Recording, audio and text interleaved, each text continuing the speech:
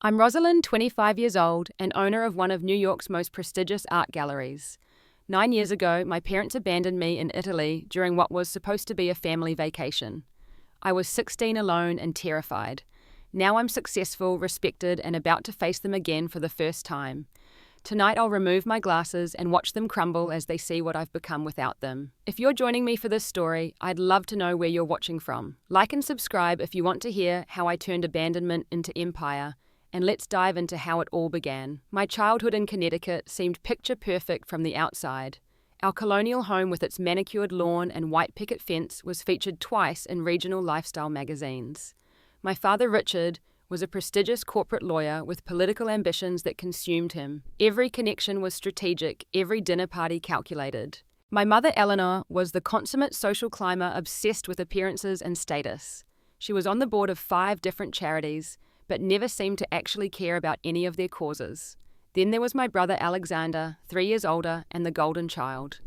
Captain of the debate team, straight-A student, headed for Harvard, and blessed with our mother's natural charm and our father's sharp mind.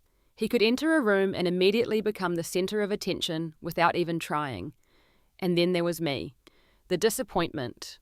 The awkward one with thick glasses who preferred sketching in corners to mingling with guests. I inherited my grandmother's poor eyesight and artistic temperament, neither of which fit into the perfect American family image my parents were crafting.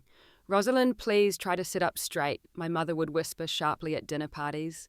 "And those glasses, we really need to look into contacts for you." I tried contacts once. They irritated my eyes so badly they swelled shut.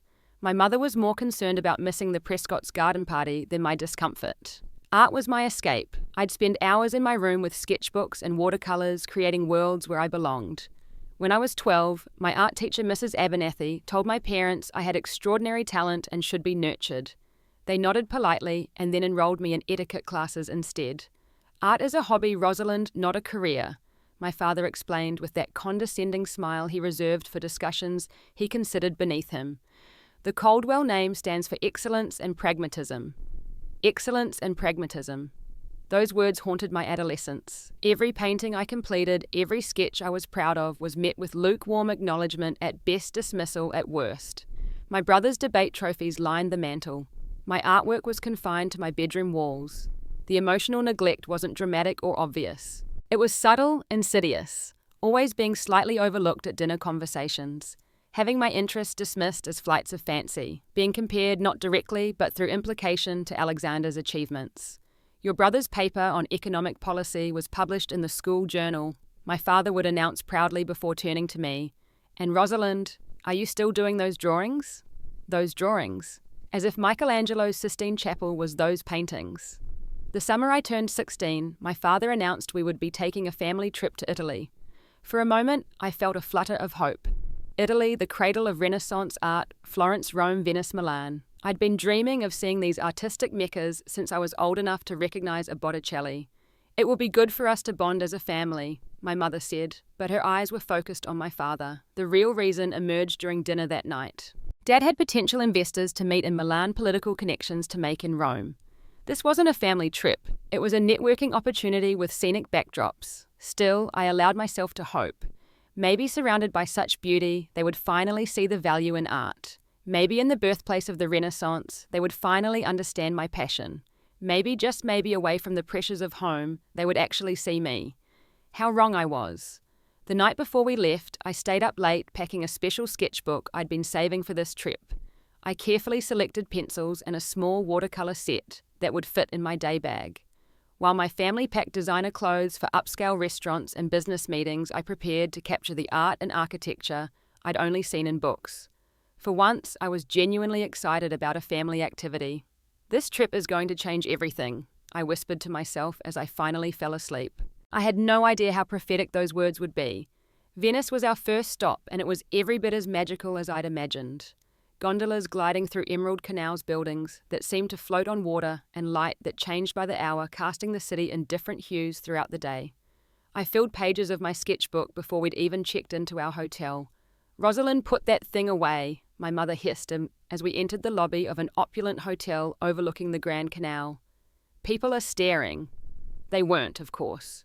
No one cared about a teenage girl sketching. But in my mother's mind, it marked me as different, unusual, outside the prescribed boundaries of proper behaviour. Our first dinner in Italy set the tone for the trip. My father spent the entire meal discussing business opportunities with a colleague who happened to be in Venice at the same time. My mother chatted with the man's wife about fashion and European social scenes. Alexander charmed everyone with his basic Italian phrases and questions about Venetian history. I sat quietly, occasionally asking about visiting certain museums or galleries. "We have a tight schedule," my father replied without looking at me. "The business meetings in Milan are the priority then, the political functions in Rome. But we'll be in Florence for 3 days," I pointed out. "The Uffizi Gallery has one of the world's greatest collections of Renaissance art." My mother gave an exaggerated sigh. "Honestly, Rosalind, there's more to culture than dusty paintings. We've arranged for a shopping tour of the leather markets and dinner with the Blackwells, who are staying at a villa just outside the city." The Blackwells, of course. Their daughter was in Alexander's class at school, and their father was on the board of a company my father was courting for business. As the days passed, the pattern continued. In Milan, I was dragged to business dinners, where I sat silently, while Alexander engaged effortlessly with adults 3 times his age. In Rome, I was paraded at political functions, constantly reminded to stand up straight, smile more, and for God's sake, stop squinting through those glasses. Florence was where everything changed. We were staying in a rented villa just outside the city, and on our second day, my parents and Alexander went to a luncheon with some business associates. I was told the invitation didn't include me. "It's for the best," my mother said, not unkindly. "You'd just be bored, and your father needs to make a good impression." The implication was clear. I wasn't capable of making a good impression. Rather than being hurt, I was elated. A whole afternoon to myself in Florence, I took a taxi into the city and headed straight for the historic centre. After visiting the Uffizi, I wandered the narrow streets and stumbled upon a small gallery tucked between a cafe and an antique bookshop. The sign simply read, "Galleria Sofia," in elegant script. Something drew me inside. The gallery was intimate, but exquisitely curated, showcasing contemporary Italian artists, alongside carefully selected pieces from earlier periods. As I moved from painting to painting, I felt a presence beside me. "You have an artist's eye," said an elderly woman in accented English. "You don't just look, you see." Her name was Sophia Ricci, and she owned the gallery. In her youth, she'd been an artist of some renown before turning to curation and mentorship. Something about my intense focus caught her attention, and when I shyly showed her some sketches from my book, her eyes widened. "You have a gift for capturing emotion through proportion," she said, pointing to a quick sketch I'd done of a gondolier. "Most young artists focus on technique first, but you understand that art is about feeling." I spent hours in Sophia's gallery that afternoon. She showed me works by artists I'd never heard of, explained techniques I'd been struggling to master, and actually listened as I talked about my love of art. When I returned to the villa that evening, I was glowing with excitement. For the first time, an adult had taken my artistic interests seriously. I couldn't wait to tell my family about Sophia and her gallery. The response was worse than dismissal. It was anger. "You went into Florence alone," my father thundered. "Do you have any idea how dangerous that was? You could have been kidnapped, assaulted." "I was perfectly safe," I tried to explain. "And I found this amazing gallery where the owner—" "I don't care what you found," my mother interrupted. "We're in Italy to support your father's business connections and political aspirations. The Montoyas asked specifically about meeting our whole family tomorrow night, and you were off gallivanting around Florence looking at pictures." The argument escalated.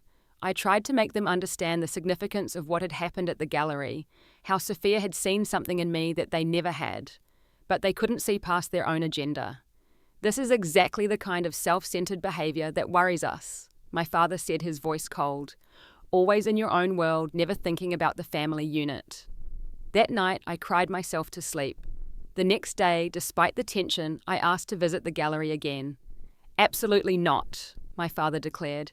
"You're coming with us to the Montoya's reception tonight, and I expect you to behave appropriately." I did go to the reception. I wore the dress my mother selected, smiled at all the right moments, and spoke only when spoken to. But the moment the evening ended, I told my parents I had a migraine and needed to rest the next day. Surprisingly, they agreed, probably relieved not to have me tagging along to whatever networking event they had planned. As soon as they left the next morning, I returned to Sophia's gallery.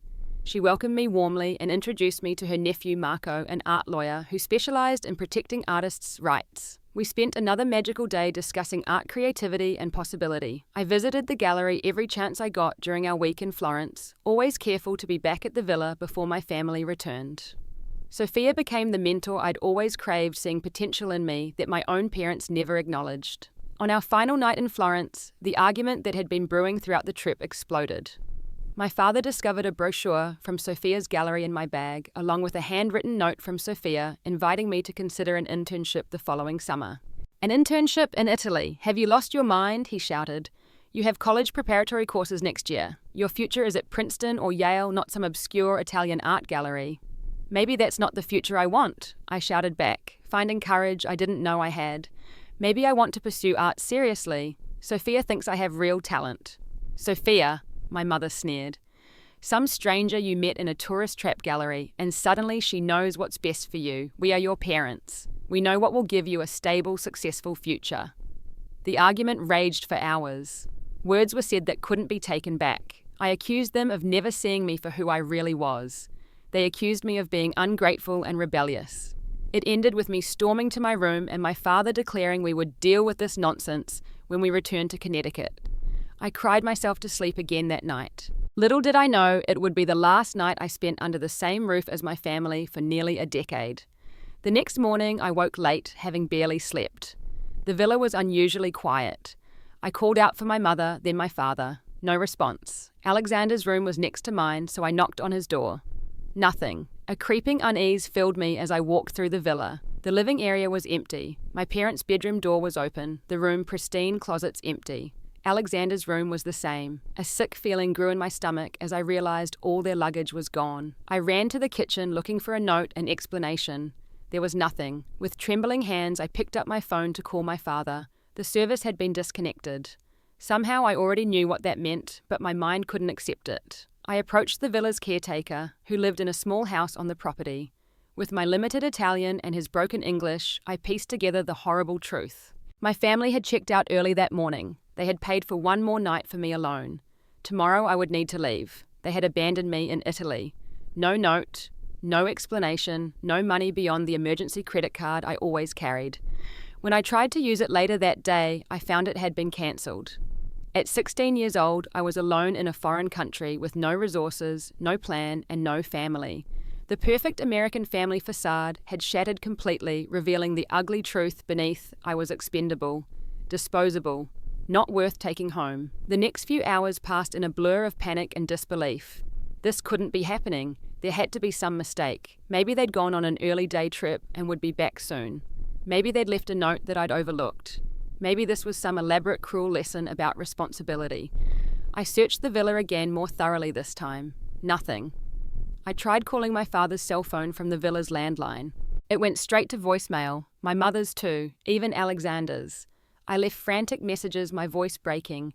"Dad, it's me. I woke up and everyone was gone. Please call me back. I don't understand what's happening. Mum, where is everyone?" The caretaker said you all checked out. Please call me. I'm scared. "Alexander, please. If you get this, tell Mum and Dad to call me. Something's wrong." No one called back. I tried calling our home in Connecticut. No answer. I called my father's office. His assistant said he was out of the country and unavailable. I tried to explain the situation, but she seemed confused and eventually hung up after promising to pass along the message. As the hours passed, she yelled. Denial gave way to a horrifying realization. This was deliberate. They had planned this. The extra night at the villa, the disconnected phone, the cancelled credit card. My abandonment wasn't an impulsive decision made in anger after our fight. It was premeditated. By late afternoon, I had to accept reality. I was alone in Italy with only the clothes in my suitcase, about €200 in cash, and no plan. Terror washed over me in waves. What was I supposed to do? Where was I supposed to go? How would I get home? Why would they do this to me? In my desperation, I remembered the one person in Italy who had shown me kindness. Sophia. With my remaining cash, I took a taxi to her gallery in Florence, praying she would be there, praying she would help me. The gallery was closing when I arrived. Sophia took one look at my tear-stained face and ushered me inside, flipping the sign to closed and locking the door behind us. "Rosalind, what has happened?" she asked, leading me to a chair in her small office behind the gallery. Between sobs, I explained everything. The family trip, the tensions, the fight, waking up to find them gone. Sophia's expression changed from concern to shock to outrage. They left you a child alone in a foreign country. Her accent became more pronounced in her anger. This is not abandonment. This is a crime. Sophia made me tea and called her nephew Marco the art lawyer I'd met days earlier. While we waited for him to arrive, she assured me I wasn't alone, that we would figure this out together. Marco arrived within the hour, his face grave but kind. He explained we needed to contact the American embassy and file a police report. Your parents cannot simply abandon their legal responsibility to a minor, he explained. There are international laws protecting children. The next day was a bureaucratic nightmare. The American embassy in Florence was sympathetic but bound by procedures. They needed to contact my parents before taking action. The police took a report but seemed unsure about jurisdiction in what they saw as a family matter involving foreign nationals. Then came the most devastating blow. The embassy official called me into a private room late that afternoon. "We've spoken with your parents," she said gently. "They claim you ran away after an argument. They say you've been troubled for some time, exhibiting rebellious behavior and poor judgment. They're concerned about your mental health, but believe giving you space is the best approach right now." I couldn't believe what I was hearing. That's a lie. They left me. The villa caretaker saw them leave without me. They cancelled my credit card, disconnected my phone. How could I plan that? The official looked uncomfortable. They said you've been threatening to run away to pursue art instead of the education they've planned for you. They thought you might try something like this and took precautions with the credit card to prevent you from making impulsive decisions. They had not only abandoned me, but were now painting me as unstable and rebellious to cover their tracks. It was a masterful manipulation, turning me into the villain of the story. Sophia, who had accompanied me to the embassy, could no longer contain her outrage. This is ridiculous. If they are so concerned, why are they not here? Why did they not contact police when their troubled daughter disappeared? Where is their parental responsibility? The embassy official had no good answers. She explained that without proof of abandonment, they could only offer limited assistance in getting me back to the United States, where I would likely be placed in the custody of my parents or social services until the situation was resolved. The thought of returning to parents who had discarded me like unwanted baggage, who were now calling me mentally unstable, was unbearable. I looked at Sophia, tears streaming down my face. "I can't go back to them," I whispered. "I just can't." Sophia squeezed my hand. "Then you will not," she said firmly. "Marco and I will find another way." That night, I stayed in Sophia's small apartment above the gallery. As I tried to sleep on her sofa, I could hear her and Marco speaking in rapid Italian in the kitchen. They were making phone calls, discussing options, fighting for me, when my own family had thrown me away. In that moment of absolute darkness, a tiny spark of something like hope flickered to life. I wasn't completely alone after all. The legal battle to determine my fate was complex and draining. Marco, who specialized in international art law, not family law, reached out to colleagues who could help. Sophia became my fiercest advocate, offering to become my legal guardian until I turned 18. "You have a place here," she told me firmly. "Your talent deserves nurturing, not suppression." My parents fought the guardianship application from afar, never once traveling back to Italy to see me in person. Their lawyers painted me as a rebellious teen who had manipulated a kindly old woman. They demanded I be returned to the United States immediately. The turning point came when the villa caretaker testified that he had seen my parents and brother leave early that morning with all their luggage while I was still asleep. He confirmed they had specifically told him I would be staying one more night alone and then leaving. His testimony directly contradicted my parents' claim that I had run away. After weeks of legal wrangling, the Italian courts granted Sophia temporary guardianship. My American passport became a complicated issue, but with the embassy's reluctant assistance and Marco's legal expertise, we secured the necessary documentation for me to remain legally in Italy under Sophia's care. My parents, when faced with the caretaker's testimony and the mounting evidence of their abandonment, abruptly changed tactics. They released a statement through their lawyer claiming they had left me in Italy as a tough love approach to deal with my obsession with art and rejection of family values. They thought a brief period of reflection would help me appreciate the opportunities they had provided. It was gaslighting on an international scale. They never admitted the truth that I had become an inconvenience to their perfectly crafted image, that my artistic interests and awkward social presence didn't fit their narrative of success. Living with Sophia was a revelation. Her apartment was small but filled with art books and warmth. For the first time in my life, my artistic interests weren't just tolerated but celebrated. Sophia arranged for me to attend a local high school that specialized in art education, where I could complete my studies while developing my talents. Learning Italian was my first major challenge. I threw myself into language studies with the same intensity I applied to art, knowing that my future in this country depended on my ability to communicate. Sophia spoke to me in Italian at home, patiently correcting my mistakes and praising my progress. Language is just another form of expression, she would say. Like brushstrokes on canvas, words paint pictures in the mind. The first year was the hardest. Despite Sophia's love and support, I battled depression, anxiety, and abandonment issues that manifested in nightmares and occasional panic attacks. The psychological wound of being discarded by my own family cut deep. Sophia found me a therapist who specialized in trauma and abandonment.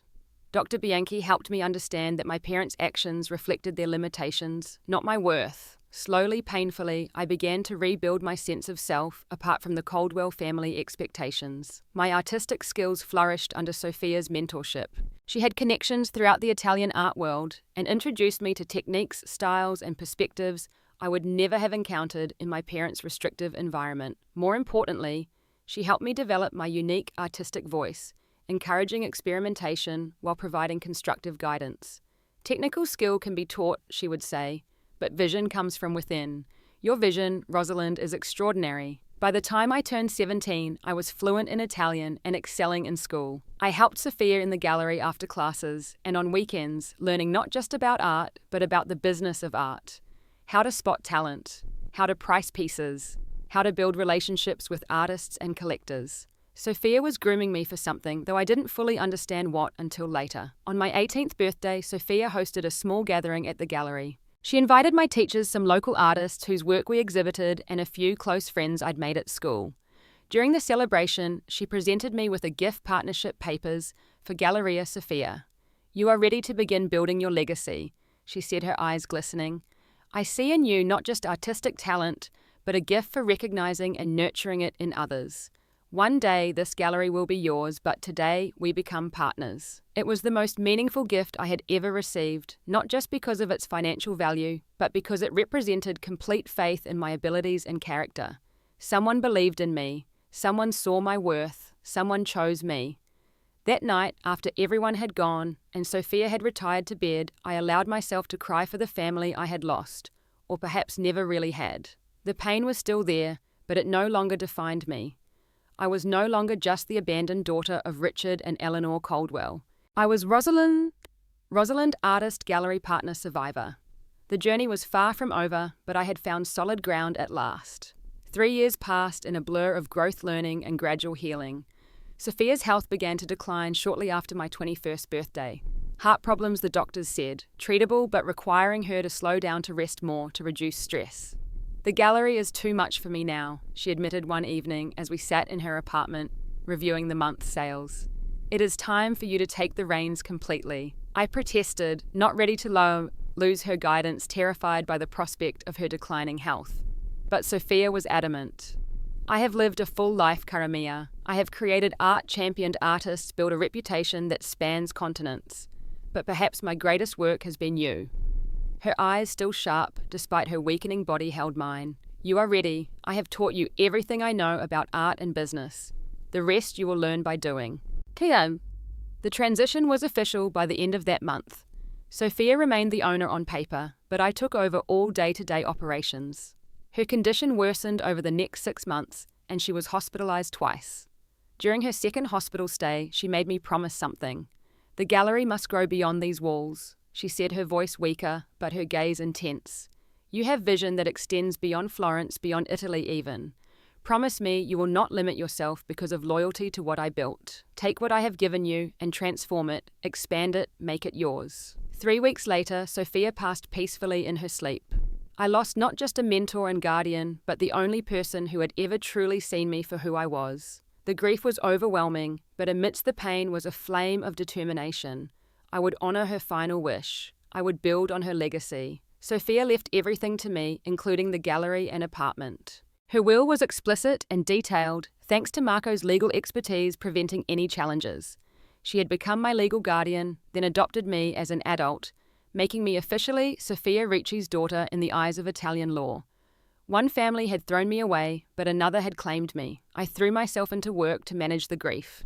The gallery had always been successful, but conservatively so, focusing on established Italian artists with the occasional emerging talent. I began to implement changes slowly, respectfully, building on Sofia's foundation, rather than dismantling it. My approach combined Sofia's traditional connoisseurship with modern marketing and technology. I created an online presence for the gallery, featuring virtual tours and artist interviews. I traveled throughout Europe, seeking out undiscovered talent in small art schools and obscure studios. I developed relationships with international collectors who had previously overlooked our small Florentine gallery. My ability to spot extraordinary talent became my trademark. I had an uncanny knack for identifying artists who would break through, whose work spoke to contemporary concerns while displaying technical excellence. 3 of my discoveries became international sensations within 2 years, cementing my reputation as not just Sofia Ricci's protégée, but as Rosalind Caldwell-Ritchie, art world visionary in my own right. I still wore glasses thicker now from years of studying and close work with art. They had become part of my professional image, along with the sleek, minimalist black clothing I favoured. But behind those glasses were eyes that had learned to see beneath surfaces, to recognize both beauty and deception. The awkward, insecure girl abandoned in Italy had grown into a confident, sophisticated businesswoman with an unerring eye for artistic authenticity. By 23, I was being courted by major galleries in Paris, London, and New York. The offers were flattering, but felt wrong somehow, too corporate, too focused on profit rather than artistic integrity. Then Jack Reynolds, owner of a respected but struggling gallery in New York's Chelsea district, approached me with a different proposition.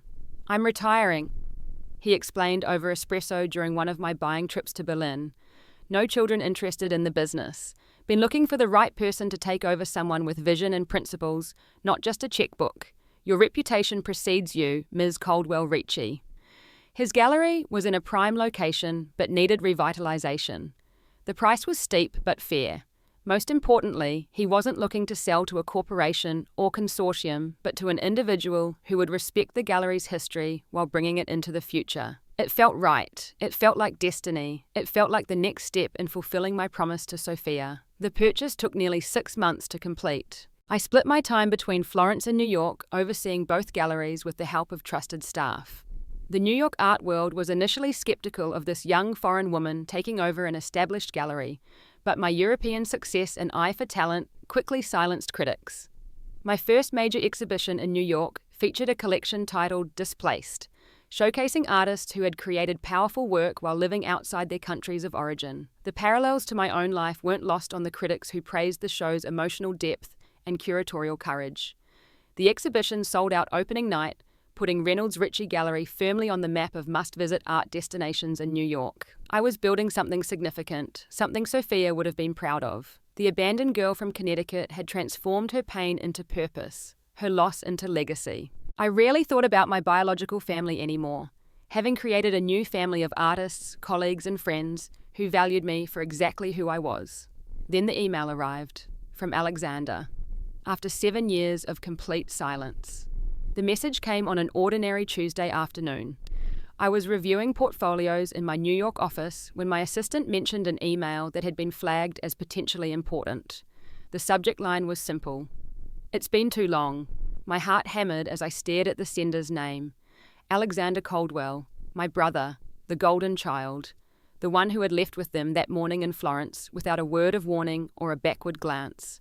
For several minutes, I couldn't bring myself to open it. What could he possibly have to say after all this time? What right did he have to disrupt the life I'd built from the ashes of their betrayal? Finally, with hands that trembled slightly, I clicked open the message. "Rosalind, I've started this email 1,000 times over the years. There's no adequate way to begin, no excuse I can offer that would justify what happened. I won't insult your intelligence by trying. I've been following your career from afar. Your success is extraordinary and entirely self-made. I'm not surprised, but I am in awe. Mum and Dad need to talk to you. Things have changed dramatically for the family since Italy. Dad's political aspirations ended in scandal 3 years ago, followed by financial ruin. The prestigious law firm, the Connecticut home, the social standing, all gone. They're living in a small apartment in New Jersey now, struggling to rebuild some semblance of life. They've been watching your rise in the art world. The irony isn't lost on any of us that the daughter they abandoned for pursuing art has achieved more success than the son they pinned all their hopes on. I'm teaching high school history now, by the way, and actually enjoying the modest life they would have considered failure. They want to reconnect. Their motives are complex, I won't lie.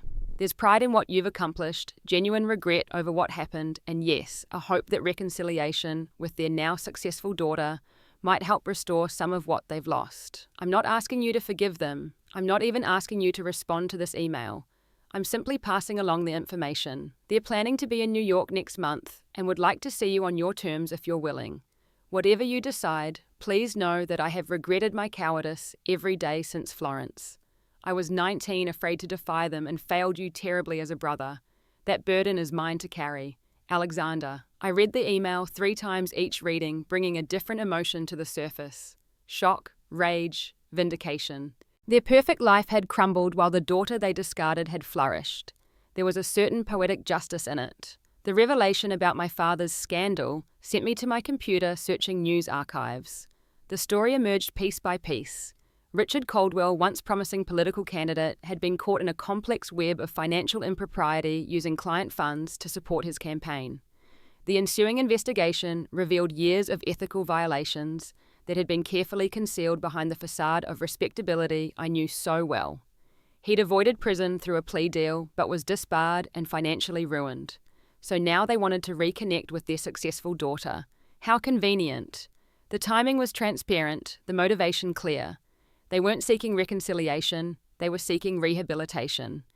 The prestigious daughter in the art world could be useful to them now. For days, I didn't respond to Alexander's email. I discussed it with my therapist, who cautioned me about re-traumatization, but acknowledged the potential value of closure. I spoke with close friends who knew my history, receiving advice ranging from never give them the satisfaction to confront them and exorcise these demons once and for all. The decision crystallized during a quiet moment in the gallery as I was arranging pieces for an upcoming show called Transformations.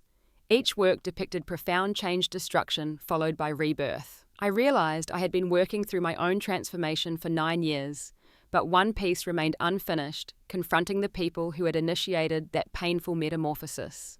I replied to Alexander with a single line, "I'll see them, details to follow." The plan formed with clarity and precision. I would invite them to the opening night of my most prestigious exhibition, yet featuring a renowned Italian artist I had discovered years ago in a small studio outside Florence. The event would be attended by New York's cultural elite, major collectors, critics, and celebrities known for their art patronage. I would be at the absolute height of my power and influence, surrounded by people who respected and admired me. They would see exactly what I had become. Without them, what I had achieved despite their abandonment. They would witness firsthand the world that had embraced the daughter they had rejected. I selected my outfit with meticulous care, a tailored black suit from an Italian designer minimalist, but exquisitely cut, projecting confidence and understated power. I would wear my hair swept back, severe and elegant. And the glasses, always the glasses, the ones they had found so embarrassing now, part of my distinctive professional image. The final detail came to me as I was reviewing the guest list in my office overlooking Chelsea. The glasses would come off. For the first time in public, I would remove the barrier that had always stood between me and the world, between the real Rosalind and the image others perceived. I would look at them with unfiltered eyes, and they would see, truly see what their daughter had become. As the day of the exhibition approached, I felt strangely calm. This wasn't about revenge, though there was certainly an element of that. It was about reclamation, reclaiming the narrative, reclaiming my history, reclaiming the final piece of myself that still belonged to the past. Alexander emailed to confirm they would attend. He would not be joining them, a decision I respected. This was between me and the parents who had deemed me disposable. The brother who had stood by in silent complicity had his own reckoning to face, but that was for another time. The night before the exhibition, I stood before the mirror in my Soho loft, rehearsing what I might say when I finally faced them again. No script seemed adequate. In the end, I decided to let the moment guide me. 9 years ago, they had controlled the narrative. Tomorrow, that power would be mine. The Reynolds Ritchie Gallery never looked more magnificent than it did that evening. Spotlights accentuated the clean architectural lines of the space, while subtle lighting showcased Matteo Valenti's powerful sculptures and paintings. The exhibition, titled Veiled Truths, explored themes of revelation and concealment, the tension between what we show the world and what lies beneath. The parallels to my own story were intentional, but not obvious to anyone who didn't know my past. By 7 o'clock, the gallery was filled with New York's cultural elite. Critics from major publications, collectors, whose acquisitions shaped market trends, museum directors and artists, whose work commanded 6 and 7 figures. There were even a few celebrities known for their serious art patronage, adding glamour to the intellectual heft of the crowd. My assistant Marco, named after Sophia's nephew, who had helped me so many years ago, approached discreetly. "They're here," he murmured. "Just arrived. By the entrance." I took a deliberate breath, centering myself. "Give me a moment before you bring them over." I was in conversation with the director of the Whitney when I first saw them across the crowded gallery. The sight was jarring, like stepping into an alternate reality. They were older, of course, but it was more than that. They seemed diminished somehow, less polished, less certain. My father's hair had gone completely grey, his face lined with stress. He wore a suit that had once been expensive, but now showed signs of age and wear. My mother still maintained her carefully composed appearance, but there was a tightness around her eyes, a forced quality to her smile. They stood awkwardly near the entrance, clearly out of place in this world that was now mine. For a brief moment, I was 16 again, feeling their disapproval, their dismissal of my passion. Then I remembered who I was now, Rosalind Caldwell Ricci, owner of galleries in 2 countries, discoverer of major artistic talent, respected, successful, powerful. I excused myself from the Whitney director and made my way through the crowd, accepting compliments and congratulations as I moved. People parted for me, eager for a moment of my attention, a stark contrast to the invisibility I had experienced in my parents' world. When I reached them, I saw the moment of recognition in their eyes, followed by something like shock. Whatever they had expected, it wasn't this confident, elegant woman commanding a room of cultural power brokers. Richard, Eleanor. I used their first names deliberately, establishing our relationship as one between adults, not parent and child. "Welcome to Reynolds Ricci Gallery." "Rosalind," my father said, his voice less assured than I remembered. "You look remarkable. Congratulations on all of this." He gestured vaguely at the gallery. "It's been a long time," my mother added, attempting to kiss my cheek. I subtly shifted to offer my hand instead. The movement was slight but unmistakable. Physical affection was not on the table. 9 years, 2 months, and 14 days, I replied calmly, "since you left me in Florence." The bluntness of my statement caught them off guard. They had clearly expected some pretense, some social fiction that would ease the awkwardness of our reunion. "We should discuss that privately," my father said, lowering his voice and glancing around at the nearby guests. "Why?" I asked, maintaining my composed tone. "Are you concerned about appearances that used to be very important to you both?" My mother's face tightened. "Rosalind, please. We've come to make amends, to explain."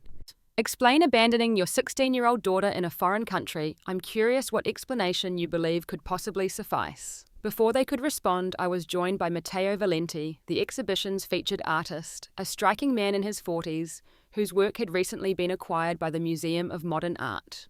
Rosalind Cara, the Times critic, is asking about the inspiration for the Unveiled series, he said in his rich Italian accent.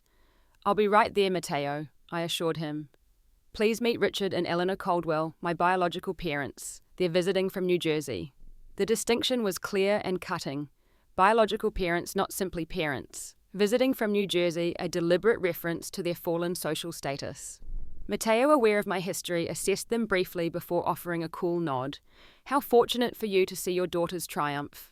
She is a visionary in our world, you know. We artists pray to find someone with her eye, her understanding of what art can be." He squeezed my shoulder affectionately before departing. "You've done exceptionally well," my father said, after an uncomfortable silence. "We always knew you had potential." The audacity of that statement nearly took my breath away. "Did you? Is that why art was dismissed as a hobby? Why I was an embarrassment to be left behind?" "That's not fair, Rosalind," my mother interjected. "We were at our wits' end with your rebellion. It was tough love meant to show you the consequences of your choices." I laughed, the sound drawing attention from nearby guests. "Tough love. You abandoned me without resources in a foreign country. You told authorities I was mentally unstable. You cancelled my credit cards and phone service. That wasn't love, tough or otherwise. It was desertion of a minor child. My father's jaw tightened, a familiar sign of his anger. We've paid for that mistake. Everything we built is gone. Surely that counts for something. Your financial ruin was the consequence of your own ethical failures, not divine punishment for abandoning me, I replied, though I admit there is a certain symmetry to it. I could see them struggling to maintain composure, unaccustomed to being in a position of weakness, especially with the child they had once controlled so completely. My mother's eyes darted around the room, taking in the influential crowd, the expensive art, the world I now commanded. We're proud of you despite everything, she said, attempting a different approach. You've become successful beyond what we could have imagined. Not despite everything, I corrected her. Because of it. Because Sophia Ricci saw value in me that my own parents couldn't recognize. Because being abandoned forced me to discover my strength. Because building a life from nothing taught me to recognize authenticity in art and people. A small crowd had gathered around us, now sensing drama beneath the civilized veneer. I was aware of their attention, but no longer concerned with hiding the truth of my past. Then came the moment I had planned the gesture that would symbolize everything this confrontation meant to me. I raised my hands to my face and slowly removed my glasses, folding them carefully and slipping them into my jacket pocket. Without the barrier of lenses between us, I looked directly into my parents' eyes. My gaze was clear, unflinching, powerful. They seemed to shrink further under its intensity. I wanted you to see me clearly. I said, my voice steady and strong. The daughter you discarded has built an empire from your rejection. The passion you dismissed as frivolous has brought me respect and influence you can only imagine. The child who didn't fit your perfect family image now defines taste for the cultural elite. My mother's composure cracked first. Rosalind, please, she whispered, tears welling. We were wrong, terribly wrong. Can't we start again? Start again, I repeated, considering the concept. No, that's not possible, but I can offer you this acknowledgement. I acknowledge that you gave me life. I acknowledge that your abandonment, painful as it was, set me on a path to becoming who I am today. My father, always the pragmatist, seized on this opening. We could be a family again in some form. You've built something remarkable here. We could support you now, be proud of you publicly. The transparency of his motives was almost pitiful. The prestigious daughter could restore some of their lost social standing. My success could reflect positively on them, despite their having contributed nothing to it. I already have a family, I said simply. Not bound by blood, but by choice and genuine love. Sophia Ricci became my legal mother in Italy before she died. She saw my potential when you saw only an inconvenience. Her name is on this gallery alongside mine because she earned that place in my life. The finality in my tone was unmistakable. Several prominent guests were now openly watching the exchange, including a well-known art critic whose reviews could make or break careers. Then why invite us here tonight? My father demanded, his voice rising slightly. To humiliate us, to show off your success. I smiled, a genuine smile that reflected not malice, but liberation. I invited you because I needed to close this chapter completely. I needed to look at you without my glasses, without any filter, and see you for who you truly are. Two people who made choices that revealed their character. Two people who have no claim on my present or future. Two people I can finally fully release from my life. I gestured to Marco, who had been hovering nearby.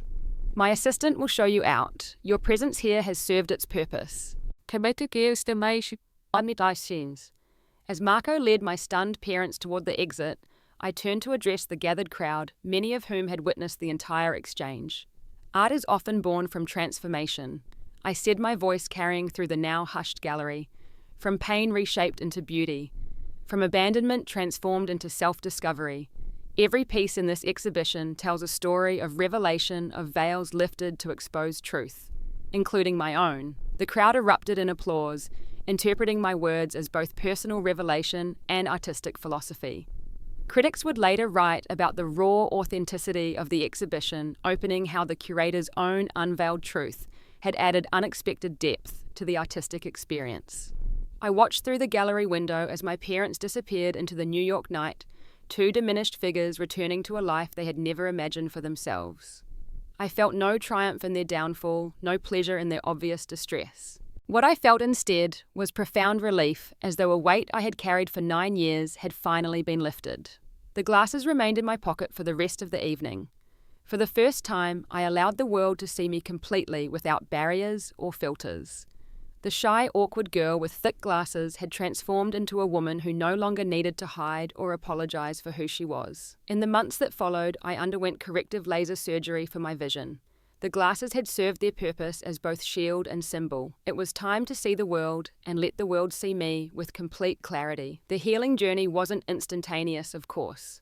The abandonment trauma had shaped me in ways both obvious and subtle. Therapy continued to be an essential part of my life, helping me process the confrontation and its aftermath. Trust remained a challenge in personal relationships, though I had built a close circle of friends who had proven their loyalty over years. I channeled my experiences into a foundation supporting young artists from troubled backgrounds, providing not just financial assistance, but mentorship and emotional support. It was my way of honoring Sophia's legacy while creating something positive from my own painful history. Alexander and I eventually established a cautious, limited communication. He had been a teenager himself when our parents made their decision, caught in their manipulation, just as I had been, though in different ways. His path to understanding his own complicity had been long and difficult. I couldn't offer him the closeness of true siblings, but I could acknowledge his efforts to make amends. My parents made several attempts to re-establish contact in the years that followed, each time, presenting a different angle: illness, financial need, family reconciliation. Each time, I maintained the boundary I had established that night at the gallery.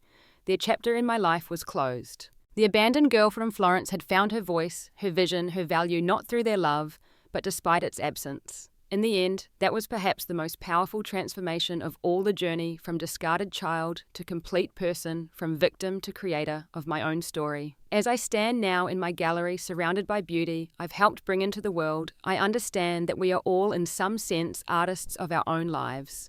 We take the raw materials given to us, both painful and precious, and shape them into something meaningful. The greatest artwork I've ever created is the life I built from abandonment's ashes. Have you ever had to rebuild yourself after someone you trusted let you down? How did that experience transform you? I'd love to hear your stories in the comments. And if this story touched you, please like, subscribe, and share with someone who might need to hear that. Abandonment isn't the end of their story, but possibly the beginning of a stronger one. Thank you for joining me on this journey of reflection and renewal.